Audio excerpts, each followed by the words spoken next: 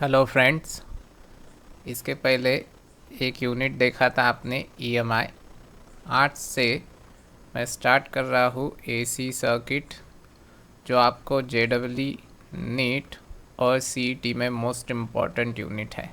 ठीक है, तो इसके कंसेप्ट स्टेट बोर्ड में हुए हैं।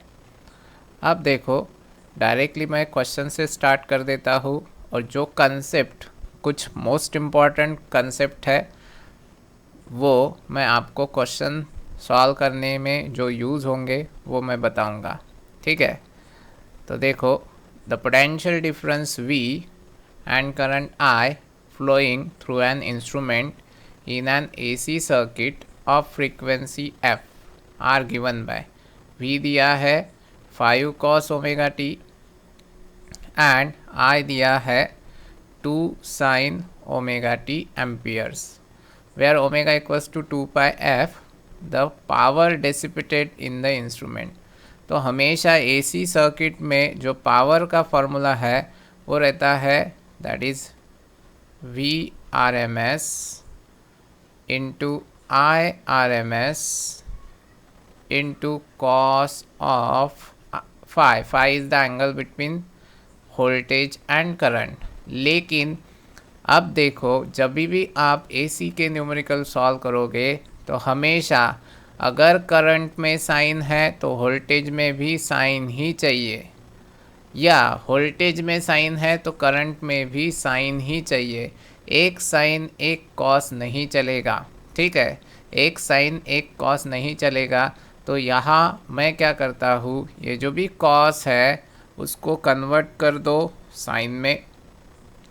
ठीक है, अगर कॉस को साइन में कन्वर्ट करते हो तो यहाँ पे मैं यूज़ करूँगा v is equal to 5 sine omega T plus pi by 2। अब देखो, वोल्टेज में भी साइन है और करंट में भी क्या है, साइन है। लेकिन आपको पता है V R M S I R M S, तो वी आर एम एस यानी V0/√2, आई आर एम एस यानी I0/√2। I0 क्या है, पीक वैल्यू ऑफ करंट, और V0 क्या है, पीक वैल्यू ऑफ वोल्टेज। लेकिन दोनों में एंगल देखो, यहाँ पे sign omega T plus pi by 2 है, यहाँ पे साइन ओमेगा टी प्लस 0 है, तो दोनों के बीच में फेज डिफरेंस है पाई बाई 2 का। तो here phi is equal to pi by 2, तो यहाँ पे कॉस पाई बाई 2, कॉस 90 0, तो P इज इक्वल टू 0। कितना आएगा, 0 वैट। समझ में आया, यह है 0। तो इस क्वेश्चन में की पॉइंट क्या था कि वोल्टेज और करंट में दोनों जगह साइन या दोनों जगह कॉस ही चाहिए, एक साइन एक कॉस नहीं चलेगा। और दूसरा, पावर का फॉर्मूला एसी के लिए that is V R M S I R M S cos phi, ये याद रखना है। हियर ये जो भी कॉस फाई है इसको कहते हैं पावर फैक्टर। क्या कहते हैं, पावर फैक्टर। और इसका मीनिंग क्या है ये भी मैं बताऊंगा। नेक्स्ट क्वेश्चन देखो, in an AC circuit V and I are given by, voltage दिया है, करंट दिया है, the power dissipated in the circuit. तो P is equal to V R M S I R M S cos phi. ठीक है, again यहाँ पे value put करता हूँ। ठीक है, वी आर एम एस कितना है, 100/√2 into I R M S, ये है I0/√2, तो 100/√2। और कॉस ऑफ, दोनों के बीच में एंगल कितना है, डिफरेंस देखो पाई बाई 3, तो कॉस पाई बाई 3। ठीक है, तो यहाँ पे आएगा 100 into 100 upon √2 into √2 into √2 that is 2, और यहाँ पे कॉस 60 दैट इज़ 1/2। तो देखो 2 2 ज़ा 4, 4 25 ज़ा। ठीक है, लेकिन करंट किस में दिया है, मिली, यानी 10⁻³ तो इसीलिए इंटू 10⁻³ ठीक है, मिली में दिया है इसलिए। तो ये कितना आएगा, दैट इज़ 2 0 कट, यहाँ पे आएगा -2 यानी ये रहेगा 2.5 वैट। कितना आएगा, 2.5 वैट, ऑप्शन सी। इसके बाद में देखो next question, alternating current that is AC current can not be measured by a DC ammeter. DC ammeter क्यों मेजर नहीं कर सकता है, लेकिन आपको पता है एसी में एवरेज लेते हो और एवरेज अगर मेजर करते हो तो एवरेज इसका ये पॉजिटिव है ये नेगेटिव है, ये क्या आता है ज़ीरो आता है। इसीलिए DC ammeter AC current measure नहीं कर सकता है, क्योंकि एसी की कंप्लीट साइकिल पे वैल्यू कितना रहती है ज़ीरो रहती है। तो average value of complete cycle is zero.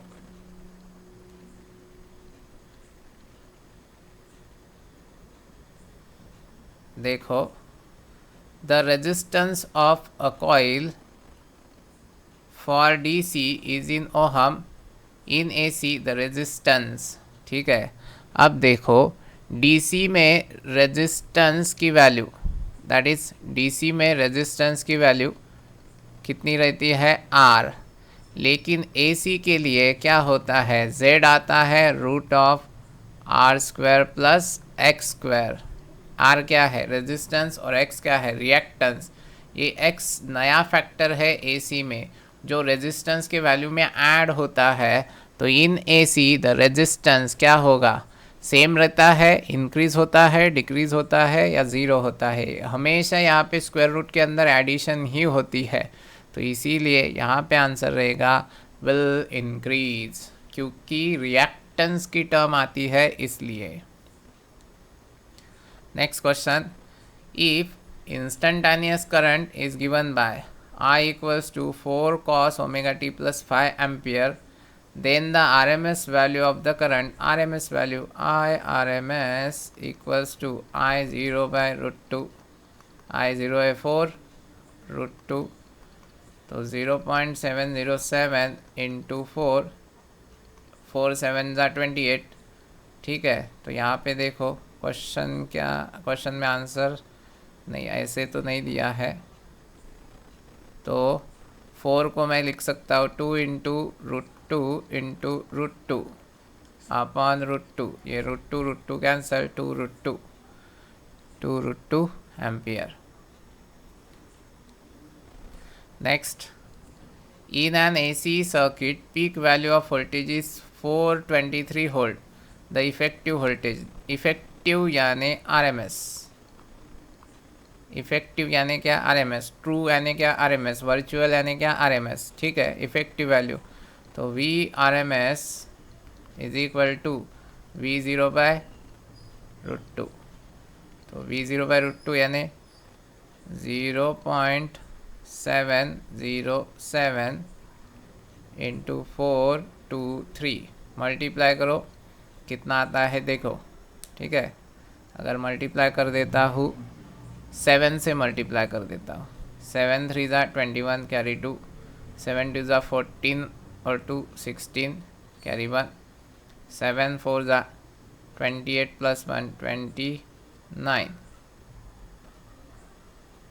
ठीक है, तो यहाँ पे देखो कितना आएगा, डेसिमल पॉइंट शिफ्ट कर देते हो 0.7 से तो 296.1 यानी ये आएगी अप्रॉक्सीमेटली दैट इज़ 300, क्या आएंगी 300 वोल्ट।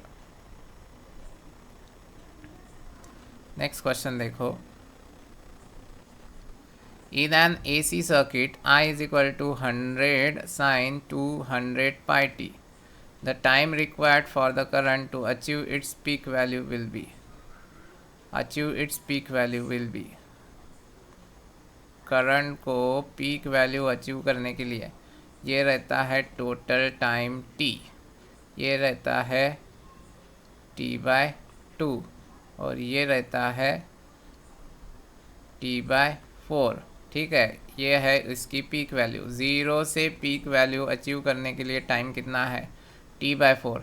तो यहाँ पे आपको कैपिटल T चाहिए, तो कैपिटल T की कैसे निकालोगे, तो ओमेगा की वैल्यू क्या है, तो स्मॉल t का कोएफिशिएंट यानी ओमेगा कितना है 200 पाई, लेकिन omega equals to 2 pi by capital T is equal to 200 pi, pi pi cancel, ठीक है, यहाँ पे t कितना आता है वो देखो, तो t इज इक्वल टू 2/200, यानी ये आएगा 1/100।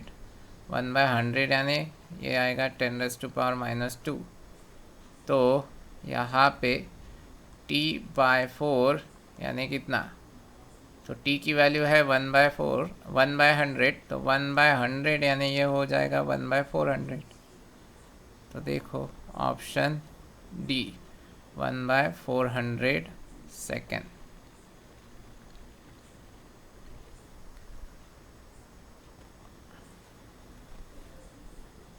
Next question, the peak value of an AC current is 6 ampere. I0 is 6 ampere. Then RMS value of current RMS I0/√2 6/√2।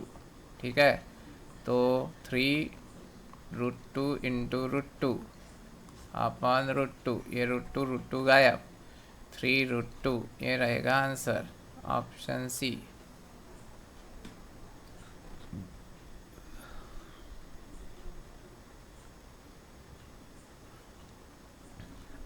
Next question, a generator produce a voltage that is, एक voltage दिया है that is V equals to 240 sin 120t, where t is in second, the frequency and RMS voltage, frequency RMS voltage V RMS is equal to V0/√2। तो V0/√2 यानी 0.707 into 240, approximately multiply करो तो यह आएगा 700, 4 ज़ा 28 carry 2, 7 2 ज़ा 14, 16, तो यह आता है 168 के लगभग। तो 168 तो ऑप्शन नहीं है, 170 है, तो ये आंसर आ सकता है। देखेंगे फ्रीक्वेंसी दैट इज़ ओमेगा की वैल्यू है 120, तो omega equals to 2πf is equal to 120, तो f equals to 120 divide by 2 into 3.142, या 22/7 भी लिख सकते हो। इसका अप्रॉक्सीमेशन करो तो आएंगी 20 के हिसाब से, तो 19, ऑप्शन सी ही बराबर है। If E0 represents a peak value of voltage in an AC circuit, the RMS value of voltage will be E0/√2, option D।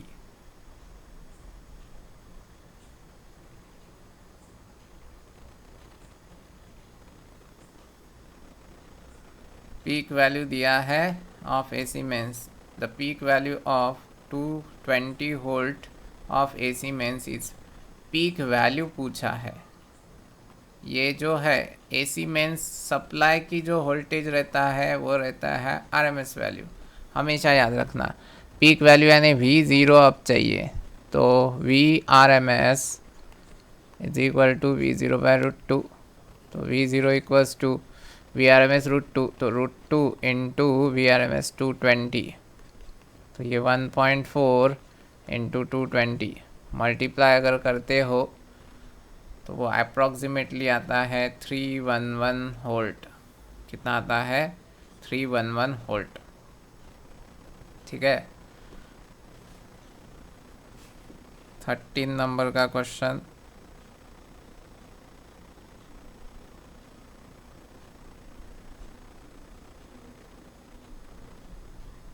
a sinusoidal AC current flows through a resistor R. If the peak current is IP, then the power dissipated। तो देखो power dissipated का formula रहता है I/RMS² into R। ठीक है, I/RMS², तो I/RMS की value रहती है IP/√2 ब्रैकेट का स्क्वायर इंटू R, तो यह आएगा IP²/2 इंटू R। तो देखो यहाँ पे IP²R/2, ऑप्शन बी।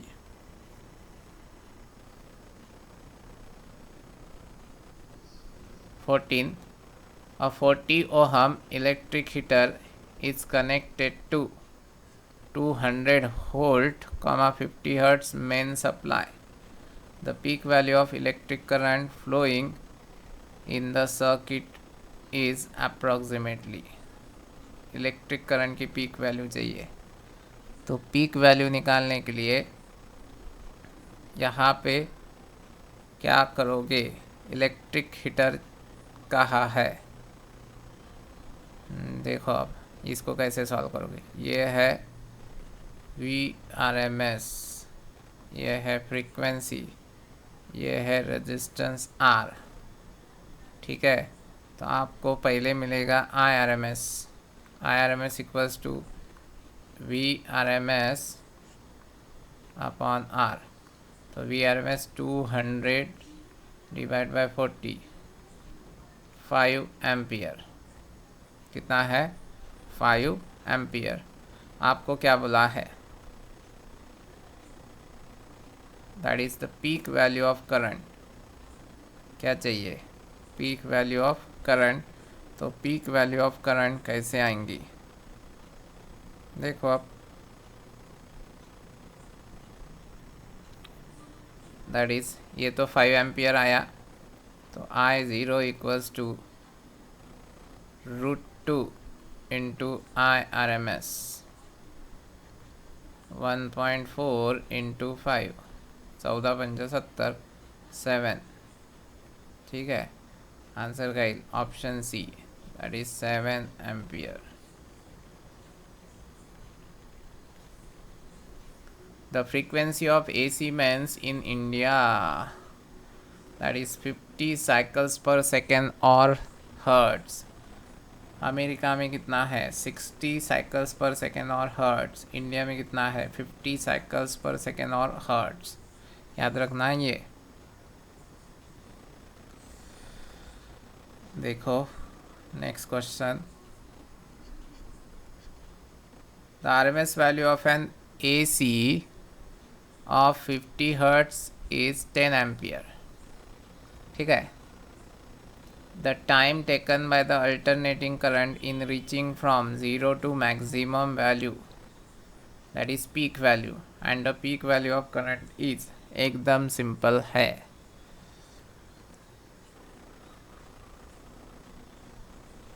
आपको पता है time to reach from 0 to peak value is T/4। यहाँ पे फ्रीक्वेंसी दिया है, तो मैं उसको 1/T को रेसिप्रोकल ऑफ फ्रीक्वेंसी कहते हो, तो 4f लिख सकता हूँ।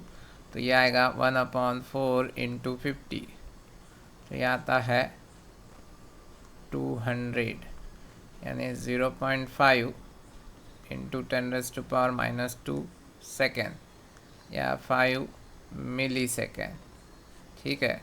तो ऐसा ऑप्शन ढूंढो, दो ऑप्शन है सी और डी। अब इसमें से कैसे, तो पीक वैल्यू ऑफ करंट चाहिए, तो I0 equals to IRMS into √2, IRMS 10 √2 1.4 बराबर, IRMS इक्वल टू I0/√2, ठीक है। तो ये आएगा 14 पॉइंट समथिंग। तो ये ऑप्शन क्या रहेगा, डी रहेगा। क्या रहेगा, D.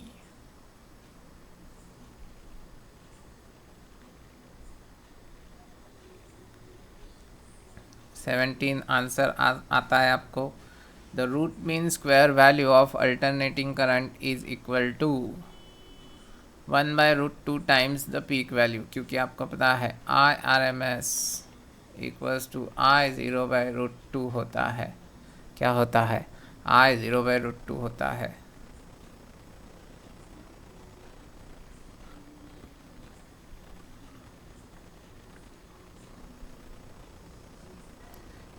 The peak value of alternating EMF E is given by E equals to E0 cos omega t is 10 volt, ठीक है।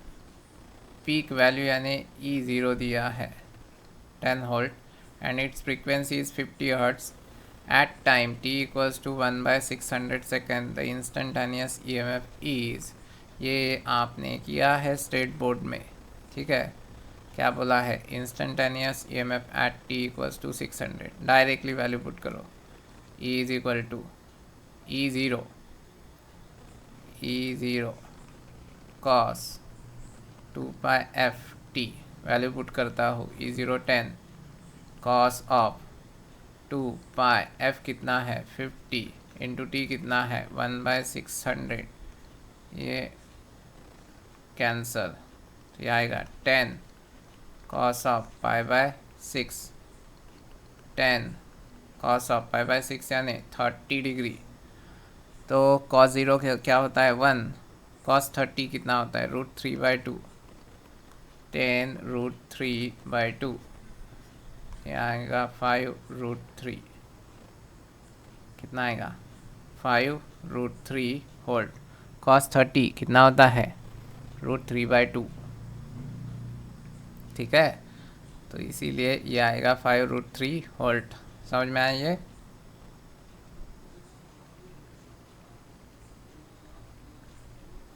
देखो next, if a current I given by I0 sin omega t minus π/2 flows in an AC circuit across which AC potential is E equals to E0 sin omega t has been applied, then the power consumption P in the circuit.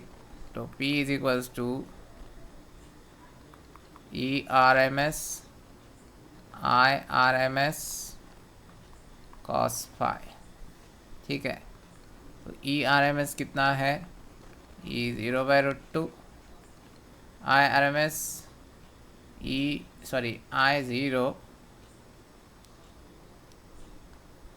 I0/√2 और cos of, यहाँ पे sign यहाँ पे भी sign, लेकिन कितना degree है π/2, और कॉस 90 0, तो इसीलिए आंसर इज 0। समझ लगा हीरो, दैट इज 19 का आंसर क्या है 0 है।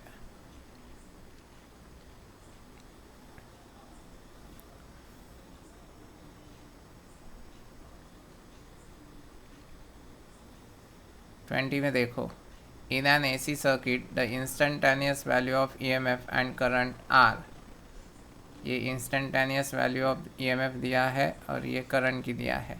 The average power consume directly P equals to, मैं लिखता हूँ 200/√2, ये इसका कोएफिशिएंट 200/√2, यहाँ पे कितना है कुछ नहीं, यानी सबका मालिक एक 1/√2।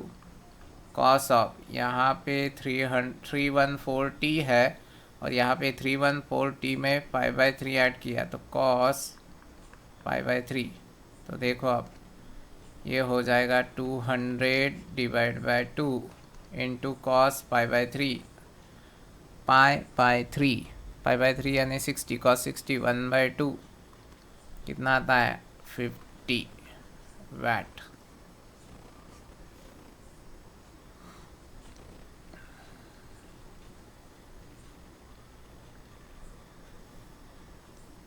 An AC generator produce an output voltage, ये दिया है E equals to 170 sin 377t volt, where t is in second. The frequency of AC voltage is omega 377, omega equals to 2πf is equal to 377, f is equal to 377 upon 2 into 22/7, ठीक है।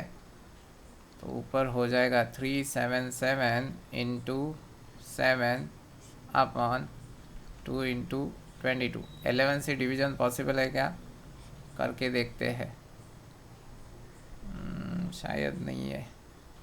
11 3 ज़ा 33, उड़ते हैं 4 4 47, 11 4 ज़ा, ठीक है। और ये कंसीडर करो 2 34, ये आएगा 17, ठीक है। और ये आता है 17 इंटू 3.5, अप्रॉक्सीमेटली करो 17×51, ठीक है।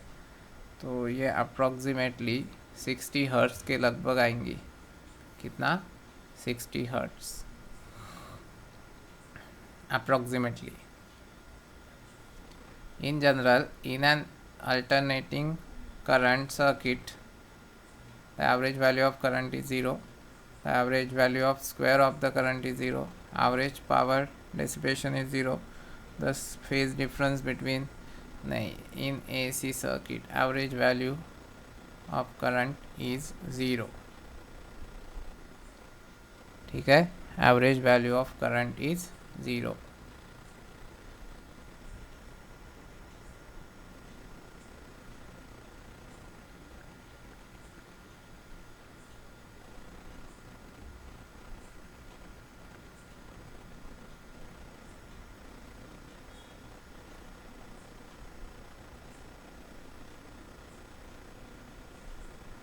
देखो अब नेक्स्ट क्वेश्चन क्या है. Important question. An alternating current is given by equation I is equal to I1 cos omega t plus I2 sin omega t. The RMS current is given by RMS current, that is I RMS is equal to root के अंदर I1 square plus I2 square upon 2. ठीक है, I1 square plus I2 square upon 2. तो यहाँ पे इसको ऐसे लिख सकते हो आप 1/√2 1/√2 in bracket I1 square plus I2 square to the power 1/2. To the power कितना 1/2. ठीक है, ये I1 square plus I2 square divide by 2, और ये सब कैसे लिया है, स्क्वायर रूट में लिया है. तो ये है I1 और ये है I2. ठीक है, और ये कैसे निकाला आपने, ये भी इम्पोर्टेंट है. ठीक है, तो वो जो पैरेललोग्राम लॉ का रिज़ल्ट था वो यूज़ करके यहाँ पे निकाल सकते हो.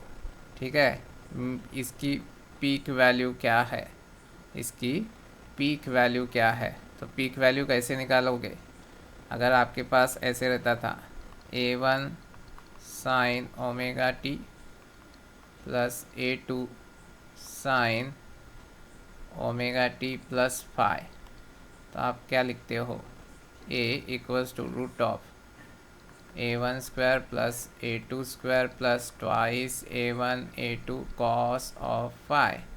तो वहाँ से ये निकला है ये न्यूमरेटर.